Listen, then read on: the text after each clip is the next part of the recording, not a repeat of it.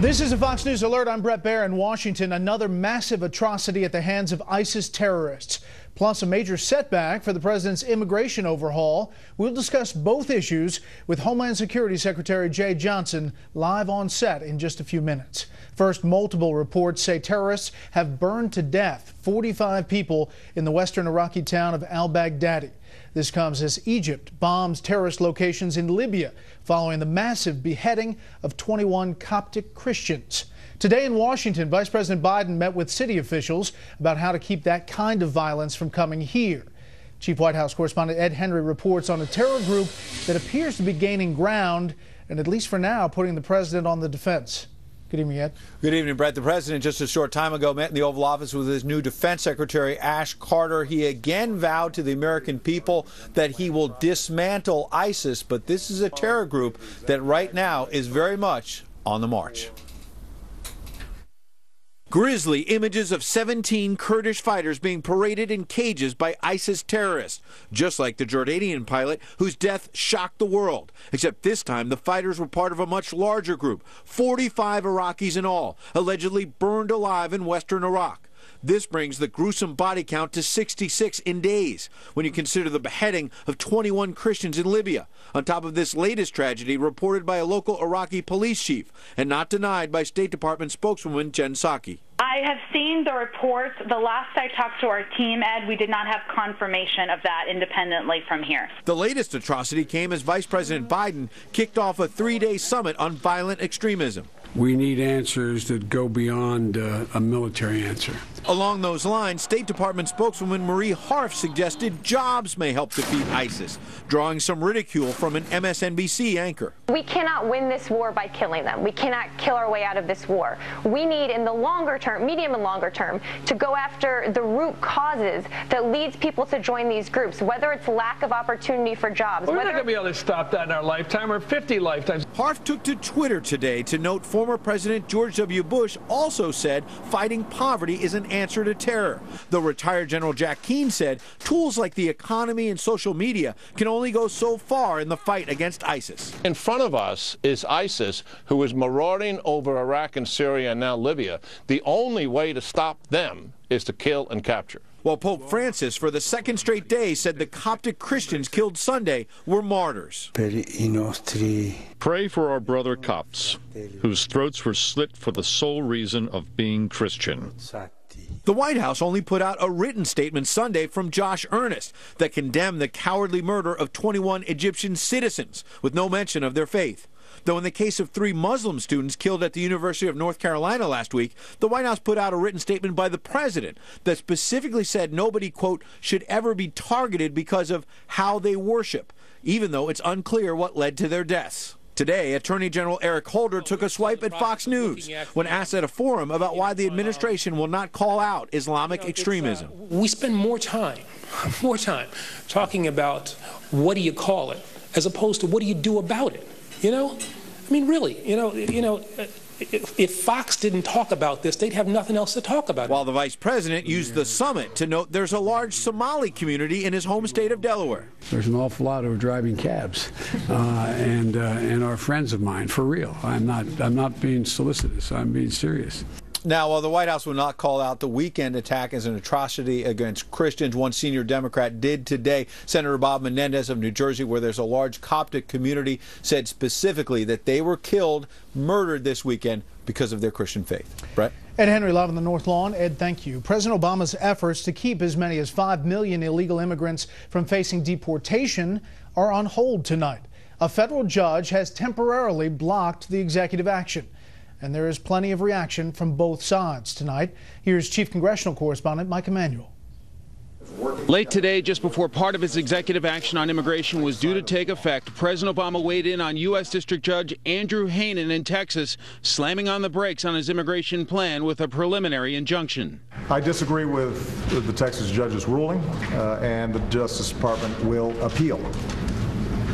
This is not the first time where a lower court judge has blocked something or attempted to block something that ultimately was shown to be lawful. In a memo, the judge wrote once the president's action started, quote, this genie would be impossible to put back into the bottle. so Haanen put it on hold. Tim O'Brien is an attorney who has covered the Supreme Court for 2 decades. To get a temporary injunction, you usually have to show 2 things. One is that there will be some irreparable harm if an injunction is not issued, and 2, that it's likely that you will succeed on the merits. The delay gave a group of 26 states suing to oppose the president's action more time. Senate Majority Leader Mitch McConnell praised the injunction, saying, quote, "This ruling underscores what the president has already acknowledged publicly 22 times. He doesn't have the authority to take the kinds of actions he once referred to as ignoring the law and unwise and unfair." The case is expected to go to the 5th Circuit Court of Appeals in New Orleans, where analysts expect it will be addressed swiftly. I expect they'll get this case in the next couple of days. I would be surprised if this injunction were still with us in a week.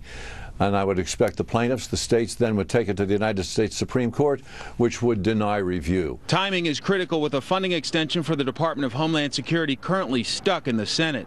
House Republicans included in a $40 billion package language to stop the president's executive action, which is now stuck in the Senate with Democrats blocking the bill.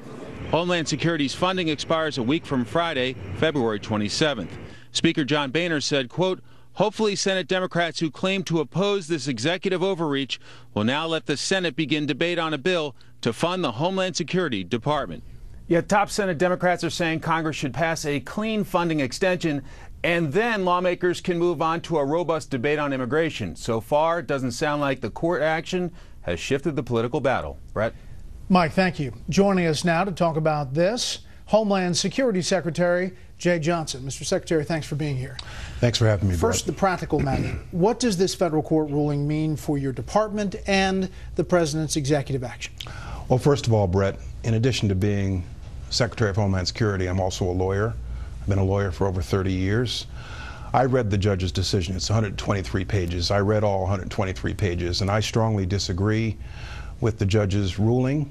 As the president has said, it will be appealed promptly. Very often, appellate courts reverse what lower courts do. And so the executive actions that we were moving forward with are on hold for the time being. But this ruling will definitely be appealed, and I believe it'll be overturned. But for the people that were ready to move forward, everything's frozen. At the moment, we're standing down our plans for executive actions pursuant to the judge's injunction, but I believe it'll be reversed. Do you have any reason to believe that this ruling somehow frees up a deal on Capitol Hill for funding for your department? Well, we'll see how that's going to play out. There are just 10 calendar days before funding for the Department of Homeland Security expires. 4 working days, as I understand, in Congress. They're out this week. They're back next week. And I'm talking to as many Democrats and Republicans who will listen to me about the importance, especially in these times, of a fully funded Department of Homeland Security. The American public does not want to see Homeland Security for this nation shut down because Congress can't agree on how to fund us. Here's what you hear from some on the Hill. 2013, government shutdown. 80 to 85% of the employees of the Department of Homeland Security show up for work. They went to work as essential. So how big, really, is this standoff for funding for your department? Well, it's a huge deal. Let's not forget what a government shutdown looks like. First of all, the Department of Homeland Security is the department of government that interfaces with the American public more than any other. TSA alone interacts with 1.8 million people a day. If we go into shutdown, first of all, that means about 80% of my workforce are forced to come to work without pay. Think about what that means for the working men and women of my department when they are forced to work and they cannot count on a paycheck. Secondly, we've got, and that includes, by the way, the United States Coast Guard. What do I say to the men and women of the United States Coast Guard forwardly deployed who have to work and cannot count on a paycheck? But aside from that, a shutdown means we have to dramatically scale back Homeland Security operations across the board. And I cannot believe that the American public wants us to do that simply because Congress is at an impasse. So why can't the president call up Senate Democrats and say, let's move this thing through? We're making every opportunity we can to talk to Senate Democrats, House Republicans, House Democrats, We're talking to everybody. And frankly, the frustrating part for me, when I go up there, I met with some of my Senate friends last week, and they're saying it's not me, it's the guy across the hill. And I meet with my House friends, Republicans and Democrats, who are saying it's not me, it's the Senate. So they're literally doing this right now. And I'm confident, and I'm hoping that Congress will finally sit down together and break this impasse, because we need Homeland Security right now. What happens if what usually happens here, they punt and there's a stopgap again, what's called a continuing resolution, a CR? What happens to you? Good question. We're on a continuing resolution right now, which expires on February 27. When you're on a continuing resolution, it's a little like trying to drive across country with no more than 5 gallons of gas at a time, and you don't know when the next gas station is. You can't plan. You can't plan except days and weeks at a time. We're constrained at last year's funding levels, but in addition, we cannot engage in new initiatives, new spending.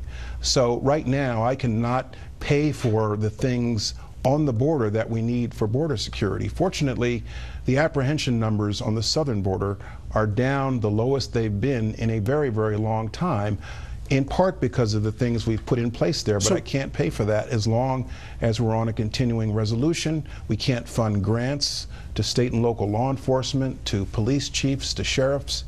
Every mayor, governor, police chief, commissioner, and sheriff should be up in arms about this. So for the Republicans who say, hey, listen, the president shouldn't put us in this position. He shouldn't have done what he did on executive actions that we, Republicans, they would say, feel were unconstitutional. If you want to have the immigration debate, let's have an immigration debate. Let's have an immigration debate that is about immigration. Don't tie an insistence on defunding our executive actions to the entire budget of Homeland Security of this nation. Let's have that debate in Congress. We've been asking to have that debate for some time now, but don't tie it to funding for the Homeland Security of this nation, for the safety of the American people. On ISIS, the president has urged Americans not to exaggerate the threat posed by ISIS. How would you characterize the threat ISIS poses to the Homeland Security? ISIS represents a very significant potential threat in the following ways. They've got thousands of fighters on the ground in Iraq and Syria. They are depraved. They are willing to kill Americans because they are Americans in a very cruel and public way. Plus, they make very effective and slick use of the internet, social media. They have the ability to reach into home communities and recruit and inspire people, the so-called lone wolves. And so what we need here is not only military action, but a whole of government approach that takes account of law enforcement, homeland security, and engaging communities in sessions like the one we're going to have tomorrow at the White House. Doesn't matter what we call them. When the former DIA head says you can't defeat an enemy that you don't admit exists, doesn't matter what we call them. ISIL very definitely exists. The way I'd put it is this. You can kill an enemy, but you don't necessarily defeat an enemy if what happens is they're able to recruit faster than we can take them off the battlefield, which is why a whole of government approach is so important to dealing with this type of terrorist threat. Mr. Secretary, thanks for the time. Thank you. Up next, 2 Republicans not at the top of the polls and how they're fighting for political survival even this early in the presidential race. First, here's what some of our Fox affiliates around the country are covering tonight. Fox 4 in Dallas as the judge in the trial of the man accused of killing American sniper Chris Kyle and his friend Chad Littlefield denies a defense motion for a mistrial. Later in the day, the prosecution rested its case. Fox 8 in New Orleans with a very chilly Fat Tuesday. Mardi Gras revelers awoke to cold temperatures in the 30s and light rain today. The parties cease tonight at midnight when Lent begins. And this is a live look at Quincy, Massachusetts, where Fox 25 is covering the head of Boston's public transportation system, saying it could be a month before it's running at full capacity following a brutal series of snowstorms. That's tonight's live look outside the Beltway. From Special Report, we'll be right back.